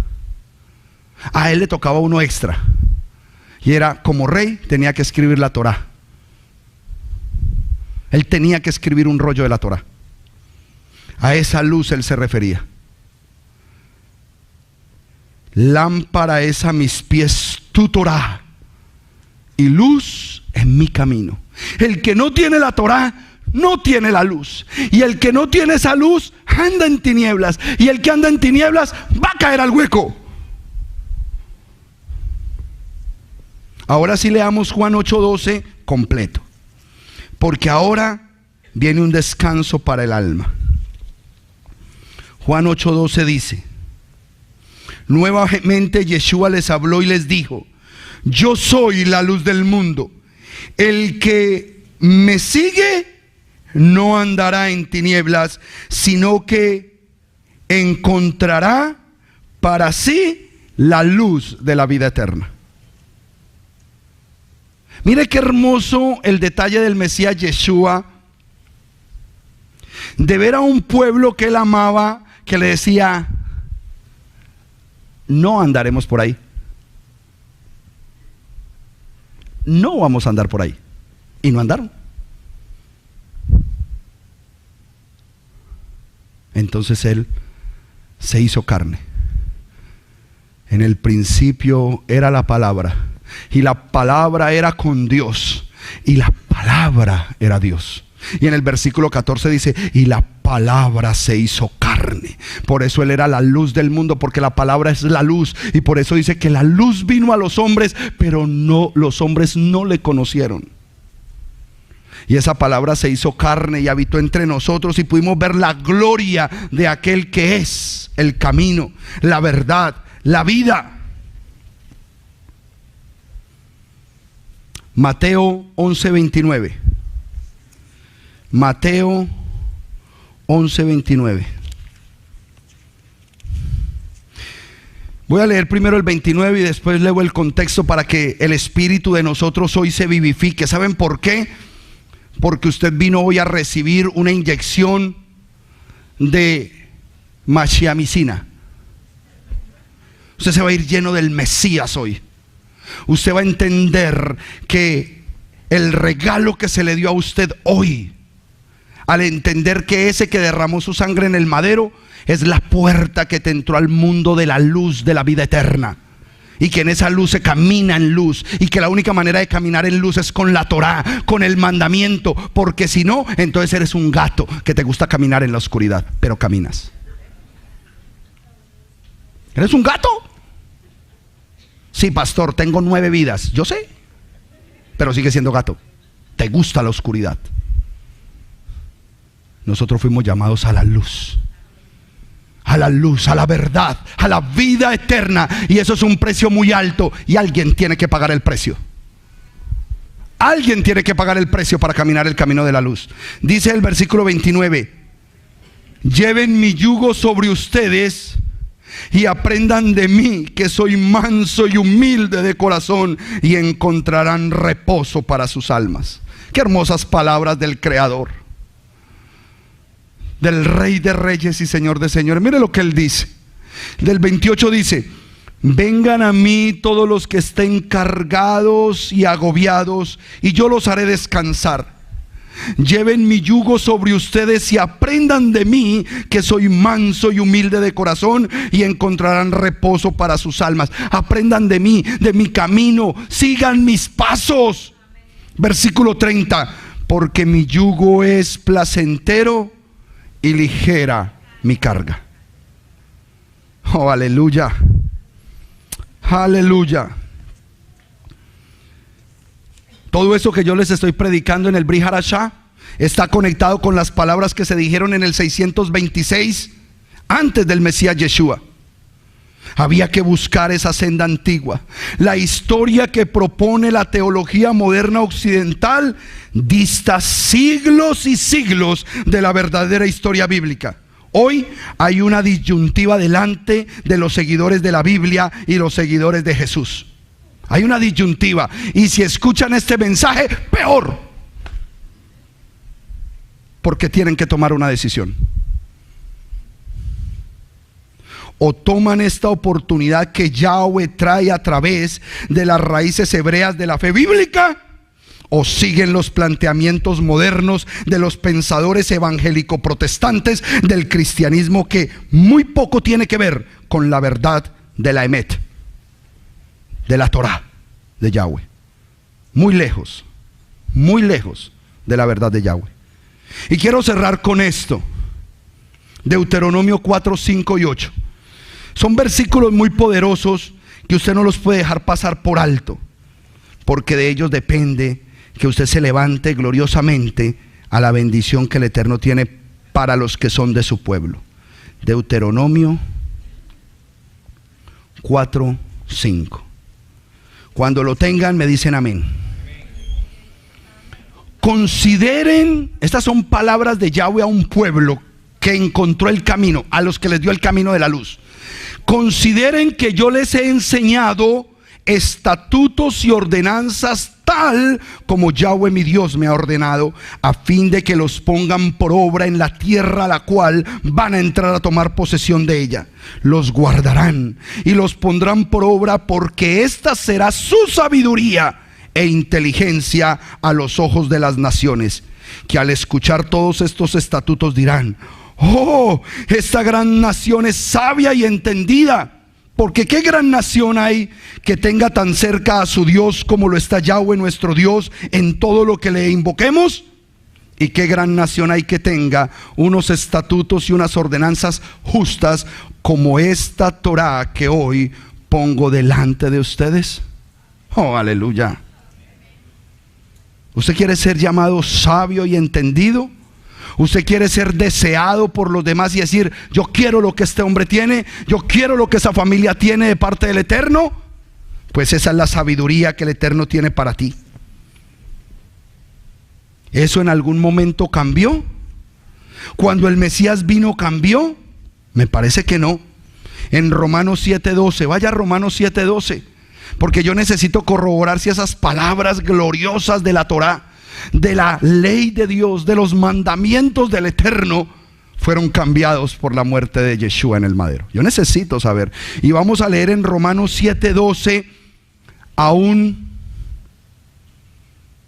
jurisprudente, un hombre de leyes, una capacidad intelectual legal de la época como la de Rab Shaul, Pablo, como ninguno, como pocos. ¿Qué dice este erudito de la época? Yo prefiero a Pablo que a los de esta época. Yo prefiero a Rab Shaul con esa capacidad de pensamiento que el mismo Pedro les dijo: cuidado, no lean a la ligera a Pablo, porque muchas de las cosas que él tiene son difíciles de... O sea que había que leerlo 20 veces para entenderle al hombre. ¿Y qué dice este erudito en el versículo 12? De modo que la ley es santa y el mandamiento es santo, justo y bueno. ¿Cambió? Ahora baje al 16, ponga su ojo en el 16 y dice: y si hago lo que no deseo, testifico que la ley es buena. Y si hago lo que no deseo, entonces estoy dando testimonio de que la ley es buena. Primera de Timoteo 1:8. Oh, bendito el Eterno. Qué mensaje, Padre. Me metiste en un lío, Abacados, pero sigamos adelante, es para tu gloria y para tu honra. Primera de Timoteo 1:8 dice: pero sabemos que la ley es buena si uno se conduce conforme a la ley. Alejo, ¿tú tienes autoridad sobre mí cuando estoy actuando honorablemente? Jamás, por más policía que sea. La ley solamente tiene autoridad sobre mí cuando yo me porto mal. Pao, pao. En ese momento la ley se convierte en un yugo y una carga sobre mi vida porque me porté mal. Pero mientras que yo esté en honradez, en limpieza, en pureza, la ley no tiene autoridad sobre mí. Eso es entender la escritura. Primera de Timoteo 1:8, pero sabemos que la ley es buena si uno se conduce conforme a la ley. En la BIM, vamos a leerla en la BIM, Primera de Timoteo 1:8. En la BIM, vamos a leerla. Por eso es bueno tener varias versiones, porque amplían nuestro entendimiento, nos llevan a otro nivel de pensamiento, pero a veces también nos desinflan. Primera de Timoteo 1:8 dice: sabemos sin embargo que la ley es buena si uno la usa legítimamente. Aleluya. La ley es buena si tú la usas legítimamente. Óigame, porque aquí va a brincar más de uno. Cuando tú usas la ley legítimamente, tú eres legal. Eres una persona legal. Y si todo lo haces legal, eres legalista. Amén. Les hago ahora la pregunta: ¿entonces ser legalista es malo? Amén, aleluya. ¿Han entendido la prédica del día de hoy? Y vamos a ya culminar, tranquilos, pero es que estamos en Shabbat. Hasta que yo no prenda esa vela, usted sigue en Shabbat. Juan 14:15. ¿Qué dice Juan 14:15? Si me amáis, guardad mis mandamientos. Eso lo está diciendo Yeshua. Y cerramos con otra máxima. No, porque es que Él vino a abolir la ley. ¿Sí? Mateo 5:17 al 20. Vamos a leerlo completo porque lo que le voy a dar es pesado al final. O sea, no va a tener ganas ni de arroz chino usted hoy. Pero y verá lo que viene. Lo que viene es tremendo. Lo que viene es tremendo. Mateo 5 del 17 al 20. Escuchen. No piensen que he venido a abolir la ley o los profetas. No he venido a abolir, sino a cumplir, a caminar el camino que les dije ahorita. Yo lo voy a caminar para que ustedes vean que sí se puede caminar. Y el que lo camine lo tendrá luz para ello. Porque de cierto les digo, mire hasta dónde va el tiempo de esa palabra. La palabra que hoy la teología moderna canceló con la muerte del Mesías, el versículo siguiente me dice la caducidad de esa palabra. Escuchen.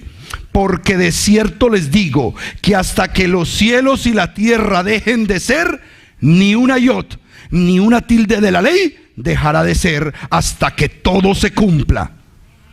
¿Y ya pasó el cielo y la tierra, hermanos? Por lo tanto es vigente cada una de esas letras. No hay teología para que tú me la derribes. Versículo 19. Y aquí esto le incumbe a usted. Levante la mano los que le han enseñado Shabbat a otro, pero que lo ha llevado a la casa y usted le ha enseñado el Shabbat. Levante la mano, que usted dice: yo invito a hermanos y les enseño Shabbat. Muy poquitos. Y se están perdiendo de algo grande. Si usted no ve que yo me desespero y le digo a la hermana: bueno, trajo los tzitzit, yo necesito que los hombres empiecen a guardar el mandamiento de los tzitzit. ¿Por qué? Escuche lo que dice acá. Por tanto, todo el que menosprecie uno solo de estos pequeños mandamientos y así lo enseña a los hombres, pequeño será llamado en el reino de los cielos. Pero cualquiera que los ponga por obra y los enseñe, el tal será llamado grande en el reino de los cielos. Pregunta: ¿quiénes van a empezar a enseñar a guardar Shabbat? ¿Quiénes van a empezar a guardar? Porque si usted no enseña, va a ser llamado chiquito en el reino de los cielos. ¿Quiénes van a empezar a enseñar a guardar Shabbat? Yo necesito que levante la mano y se comprometa con el Eterno. Pastor, voy a empezar a enseñarle a una familia nueva a guardar Shabbat. Usted ya sabe. Ustedes ya saben guardar Shabbat. Versículo 20. Les digo pues que si su justicia no supera a la de los escribas y los fariseos, si su justicia, si la justicia, o sea, hacerlo justo lo que él mandó, si su justicia no llega a ese nivel de obedecer como obedecían los escribas y fariseos de la época, no entrarán en el reino de Dios.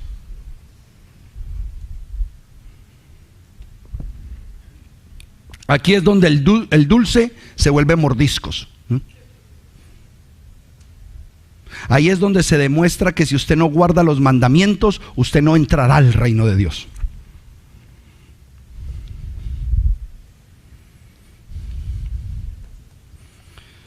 Termino con Primera de Reyes, capítulo 17, del 1 al 7, y puede ponerse de pie, amada congregación del Eterno, y me pueden ir moviendo la mesa de Shabbat, porque sé que hoy hemos tenido un manjar de palabra grande, fuerte, poderoso, para la gloria del Eterno.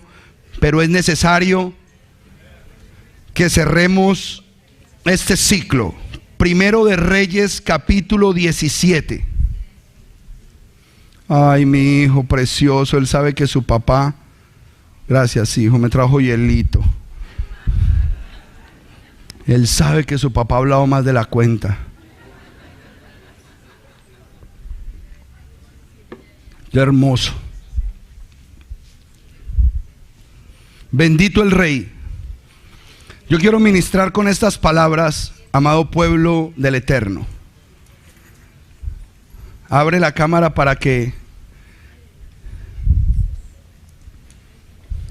Este es un mensaje para la gente que está en esa disyuntiva. ¿Qué voy a hacer con mi vida espiritual?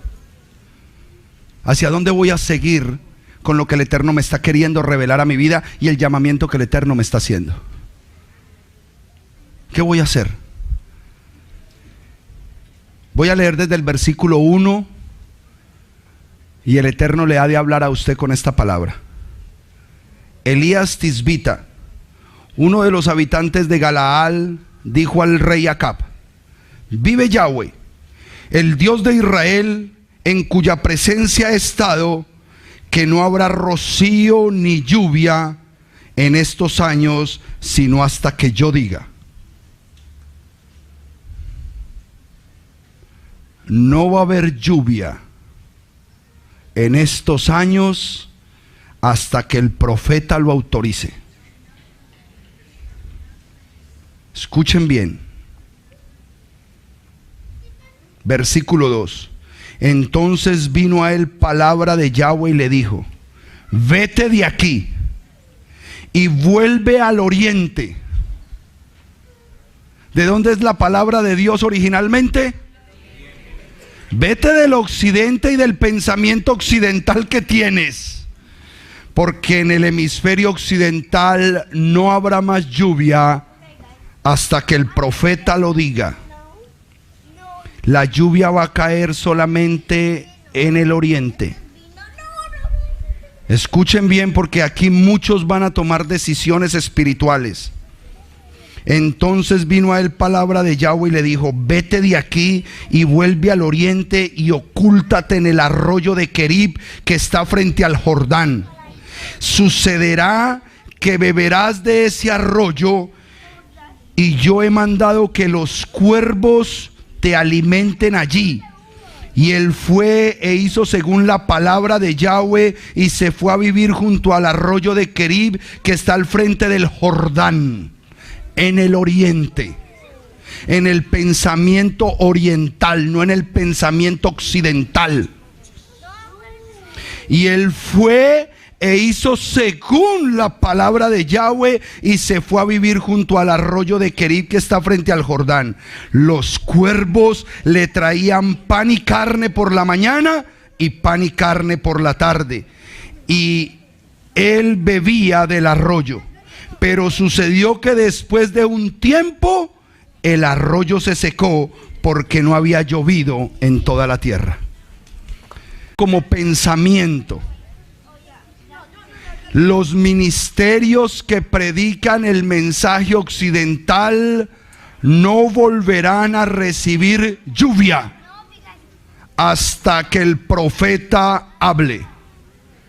Pero los que reciban el mensaje y se vayan al oriente, al pensamiento hebreo, va a haber un arroyo de conocimiento que los va a ir llenando de la palabra del Eterno, y la van a tener que aprovechar, porque será tanta la sequía en el occidente que ese arroyo también se te va a secar.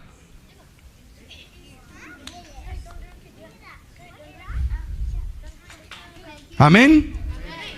Ore por esa palabra y pídale discernimiento al Eterno. Porque para el pueblo que nos hemos movido de la mente occidental a la mente oriental, tendremos alimento. Y si toca que vengan los cuervos a traernos pan y carne, los cuervos nos traerán pan y carne por la mañana y por la tarde. Pero si se queda en el pensamiento occidental, no habrá más lluvia para ti hasta que el profeta de verdad, un profeta de Dios, hable. Amén. Vamos a cerrar este Shabbat. Baruch Hashem.